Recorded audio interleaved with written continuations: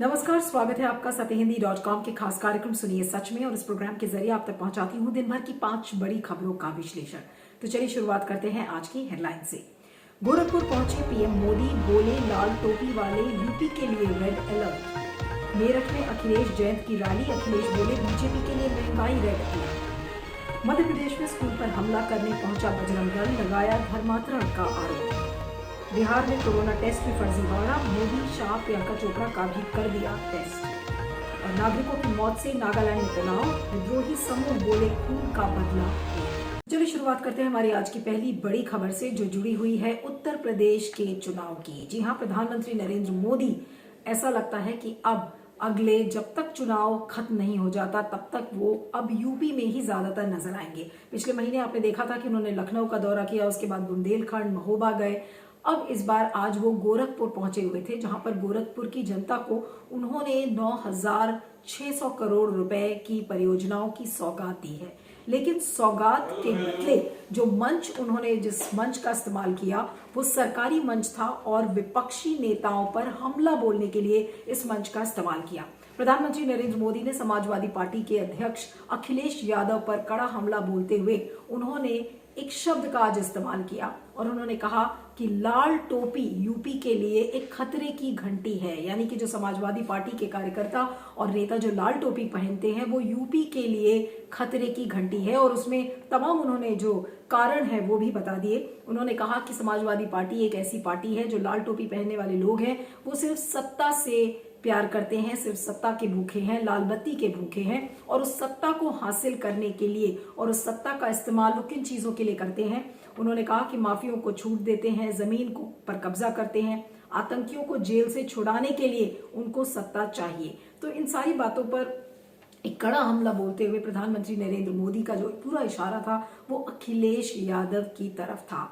लेकिन अब लोग आज ये कह रहे हैं कि लाल टोपी जो सोशलिस्ट जो पहनते थे उस टोपी के मायने क्या थे और लाल टोपी से प्रधानमंत्री नरेंद्र मोदी क्या कहना चाह रहे थे। क्योंकि बहुत लोग ये कह रहे हैं कि एक hitting below the belt remark था, एक लाल टोपी पर इस तरीके से बात करना वो क्या प्रधानमंत्री नरेंद्र मोदी का जो ओहदा है उसको शोभा देता है या नहीं देता।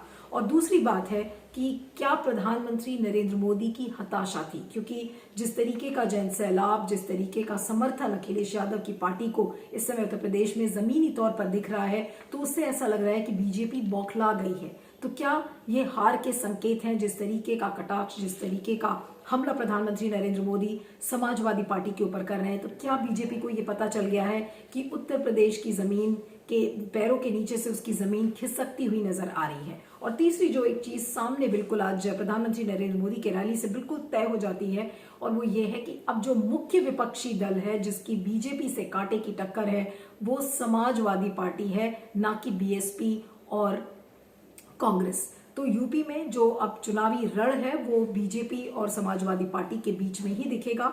लेकिन लाल टोपी से ऐसा लगता है कि प्रधानमंत्री डर गए हैं। इस पर फीडबैक दीजिएगा, मैं आगे चलती हूँ।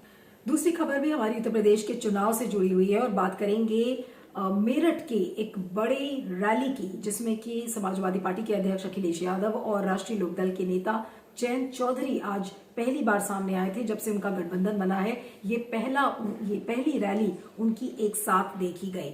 और आज जो प्रधानमंत्री नरेंद्र मोदी ने जो लाल टोपी करके समाजवादी पार्टी पर कटाक्ष किया था उसको लेकर आज अखिलेश यादव ने जवाब दिया और उन्होंने कहा कि यूपी में महंगाई का रेड अलर्ट है, बेरोजगारी का, बेकारी का, मजदूर की बदहाली, हाथरस और लखीमपुर खेरी का जो इंसिडेंट था उसका भी उन्होंने उल्लेख किया। फिर उन्होंने कहा कि महिलाएं और युवाओं का जिस तरीके से उत्पीड़न हो रहा है वो भी उत्तर प्रदेश के लिए एक रेड अलर्ट है। बर्बाद शिक्षा, व्यापार, स्वास्थ्य, इन सारी चीजों को अखिलेश यादव ने गिना दिया और बीजेपी को मुंह तोड़ जवाब दिया। और उससे बीजेपी की ही नहीं, आज प्रधानमंत्री नरेंद्र मोदी ने लाल टोपी शब्द का इस्तेमाल किया था तो उसी का उन्होंने एक करारा जवाब दिया।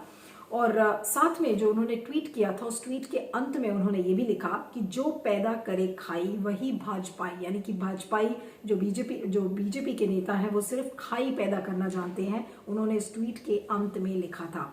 अब मेरठ के दबधुआ इलाके में ये जो रैली हुई थी काफी ऐतिहासिक बताई जा रही है। बहुत बड़ी एक भीड़ थी। तो इस भीड़ के मायने क्या है? क्या बीजेपी का सूरज ढलने लगा है और जिस तरीके से समाजवादी पार्टी के नेता अखिलेश यादव ने प्रधानमंत्री नरेंद्र मोदी को जवाब दिया है, तो वाकई में ये दिखता है कि जो जन सरोकार के जो मुद्दे हैं, महंगाई, उत्पीड़न, महिला, शिक्षा, इन सारी चीजों को लेकर समाजवादी पार्टी आने वाले चुनाव में एक नैरेटिव गढ़ेगी। तो ये जो नैरेटिव, जो जन सरोकार के मुद्दे हैं, उसका बनाम जो भावनात्मक मुद्दे बीजेपी जिनको उठाना चाह रही है, जैसे कि मथुरा में जो कृष्ण जन्मभूमि का मंदिर के निर्माण को लेकर ये बातचीत शुरू हो गई है, तो देखना ये होगा कि जो यूपी की जनता है उसके लिए जन सरोकार के मुद्दे क्या मायने रखते हैं, नहीं रखते, और क्या इस आधार पर जनता वोट डालेगी। लेकिन बहरहाल एक कड़ा मुकाबला समाजवादी पार्टी और बीजेपी के बीच में दिख रहा है। लेकिन अब ऐसे में बाजी कौन मारता है ये देखना होगा। लेकिन चुनावी जो रण है वो बिल्कुल तैयार हो गया है, जिस चुनावी रण से बीएसपी और कांग्रेस बिल्कुल ऐसा लग रहा है कि गायब हो गए हैं। इस पर फीडबैक दीजिएगा, मैं आगे चलती हूँ।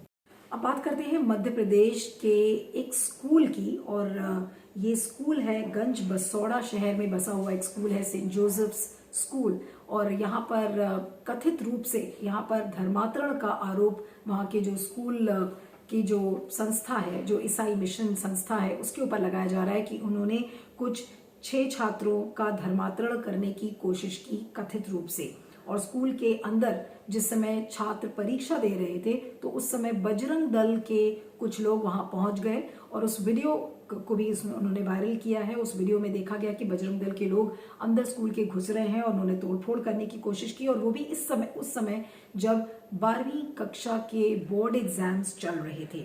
और पहले सोशल मीडिया पर यह बताया गया कि जो स्कूल के लोग हैं, जो ईसाई मिशन संस्था है, उसने धर्मांतरण करने की कोशिश किया, और उसके बाद इसको सोशल मीडिया पर लिखा गया, और उसके ठीक एक दिन बाद बजरंग दल ने इस स्कूल पर हमला कर दिया और भारी भीड़ स्कूल इमारत के सामने नारे लगा रही थी। हालांकि जो स्कूल के मैनेजर है ब्रदर एंटनी, तो उन्होंने कहा है कि ये जो धर्मांतरण के आरोप लगाए जा रहे हैं ये बिल्कुल गलत है, और शिकायत में जिन छात्रों का नाम दर्ज है वो उस स्कूल के छात्र नहीं है।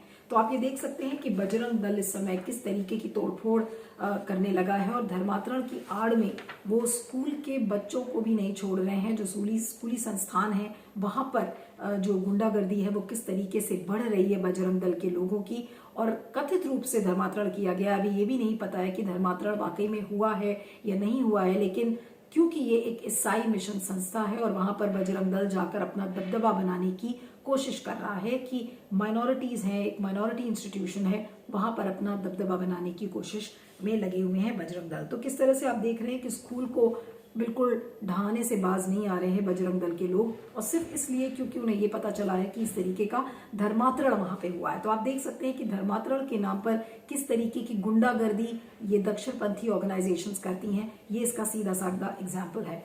और अब इसमें जांच के लिए बोला गया है कि धर्मांतरण हुआ है या नहीं हुआ है, इसको लेकर जांच बैठाई जाएगी। लेकिन स्कूल में किस तरीके की गुंडागर्दी धर्मांतरण के आड़ में हो रही है, और किस तरीके से जो अल्पसंख्यक समुदाय है उसको दबाने की बार बार कोशिश की जाती है, और एक ऐसे राज्य में जिसे कि हिंदुत्व की प्रयोगशाला बोला जाता है। इस पर फीडबैक दीजिएगा, मैं आगे चलती हूँ।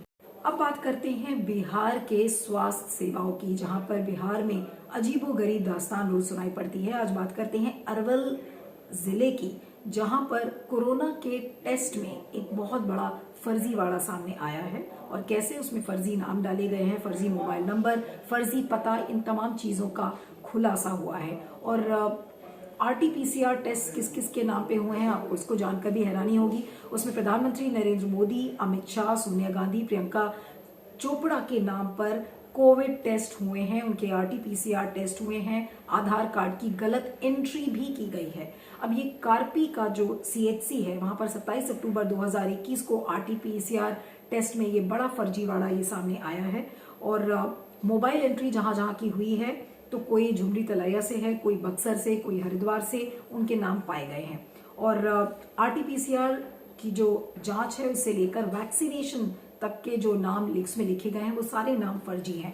अब इन लोगों की जब जांच में पता लगाया गया तो अमित शाह और मोदी के नाम पर कोई व्यक्ति वहां पर नहीं है। प्रियंका नाम की एक लड़की जरूर एग्जिस्ट करती है उस पते पर, लेकिन उसके नाम पर चोपड़ा का सरनेम नहीं है।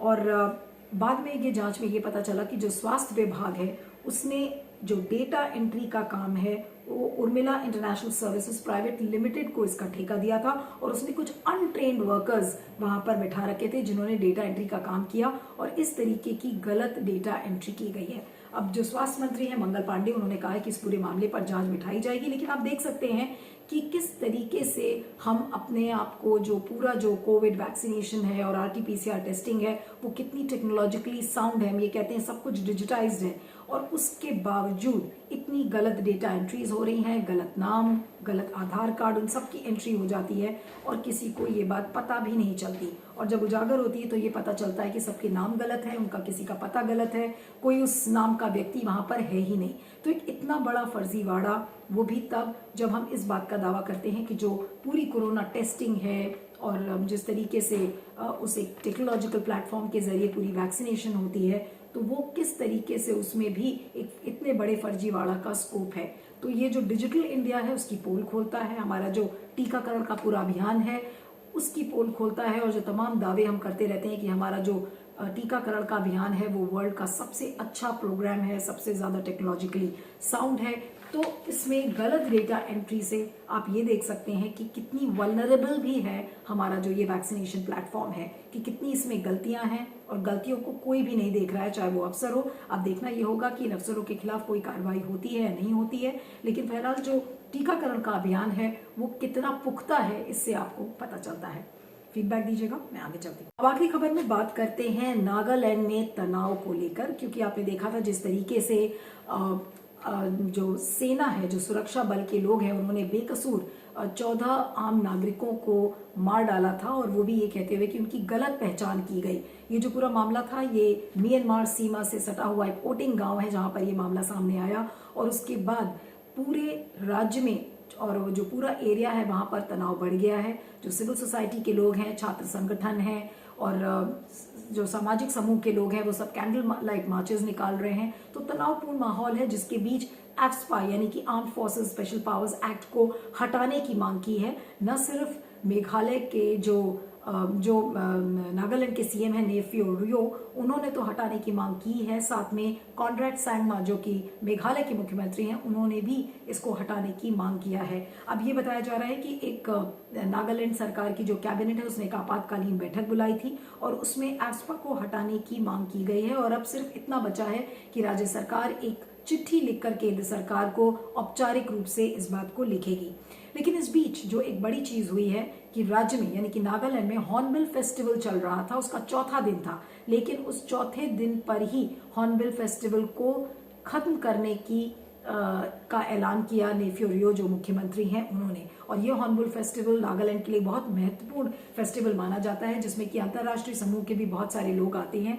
तो इससे आप कितना बड़ा तनाव है उससे आप अंदाजा लगा सकते हैं कि नागालैंड के लिए जो सबसे बड़ा उनका हॉर्नबिल फेस्टिवल है, इस घटना के बाद उस फेस्टिवल को रद्द कर दिया गया है।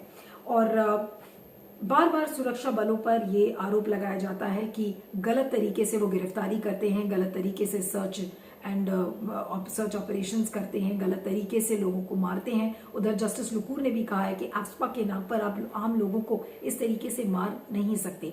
तो अब एक एसआईटी का गठन हुआ है और एसआईटी के गठन के बाद 1 महीने बाद बताया जा रहा है कि ये रिपोर्ट आएगी। लेकिन जो नागालैंड का जो विद्रोही समूह है जैसे कि NSCN-IM, उन्होंने जो ऑलरेडी एक अलग झंडे, अलग संविधान की मांग कर रहे थे, उन्होंने कहा था कि ये शांति समझौता केंद्र सरकार और नागालैंड के जो विद्रोह समूह हैं उनके बीच में पूरा नहीं होगा जब तक उनको एक अलग झंडा और संविधान नहीं दिया जाता। तो जो नागा पीस टॉक्स की जो बात हो रही थी वो पूरी डिरेल होते हुए नजर आ रही है, क्योंकि विद्रोही समूह ने अब ये कहा है कि वो खून का बदला खून से लेंगे। तो अगर इस तरीके की बातें सामने आ रही हैं तो जाहिर सी बात है कि जो पूरी नागालैंड में जो पीस प्रोसेस को बहाल करने की बात केंद्र सरकार कह रही थी उसको एक बड़ा झटका है। तो एफस्पा को लेकर, सुरक्षा बलों को लेकर जिस तरीके का एक पॉलिटिकल नैरेटिव वहां पर बन रहा है, उससे ये लगता है कि बीजेपी ने वाकई में कुछ गलती की है। क्या सुरक्षा बलों के खिलाफ कोई कार्रवाई होगी? हालांकि कोर्ट ऑफ इंक्वायरी इनिशिएट कर दी गई है, लेकिन सवाल ये उठता है कि एफस्पा के नाम पर क्या आप आम नागरिकों का इस तरीके से कत्ल कर सकते हैं? और केंद्र सरकार क्या सिर्फ ये कहेगी कि हमने माफी मांग ली, हमें बड़ा खेद है, जिस तरीके से अमित शाह ने बोला? तो ये सारे बड़े सवाल इस समय खड़े हैं। अब एफ्स्पा को हटाना चाहिए, नहीं हटाना चाहिए, ये डिमांड बहुत समय से चल रही है कि ये जो डिस्टर्ब्ड एरियाज हैं यहाँ से एफ्स्पा को हटाया जाए या ना हटाया जाए। अब देखना ये होगा कि अब नॉर्थ ईस्ट में बीजेपी अपनी जमीन को कैसे बचाती है, क्योंकि नॉर्थ ईस्ट में ऐसा लग रहा है कि हर जगह इस समय हिंसा की घटनाएं सामने आ रही है। हमने त्रिपुरा में देखा, हमने मेघालय में देखा, असम में देखा और अब नागालैंड में भी इस तरीके की वारदातें यहाँ पर सामने आ रही हैं। तो अपनी बीजेपी अपनी जमीन को वहां पर नॉर्थ ईस्ट में कैसे बचाती है, ये एक बड़ा सवाल है। और उससे भी बड़ा सवाल कि क्या एफ्स्पा को हटाया जाएगा, क्या एफ्स्पा का बेजा इस्तेमाल इस तरीके से सेनाएं करती रहेंगी और सरकार क्या सिर्फ माफी मांगकर बैठ जाएगी। तो सुनिए सच की 5 बड़ी खबरों में इतना ही। आप मुझे ट्विटर पर फॉलो कर सकते हैं, मेरा ट्विटर हैंडल है @नीलू317। आप देखते रहिएगा सुनिए सच और बने रहिएगा सत्य हिंदी पर। Thank you so much. सत्य हिंदी का ऐप डाउनलोड करें गूगल प्ले स्टोर पर।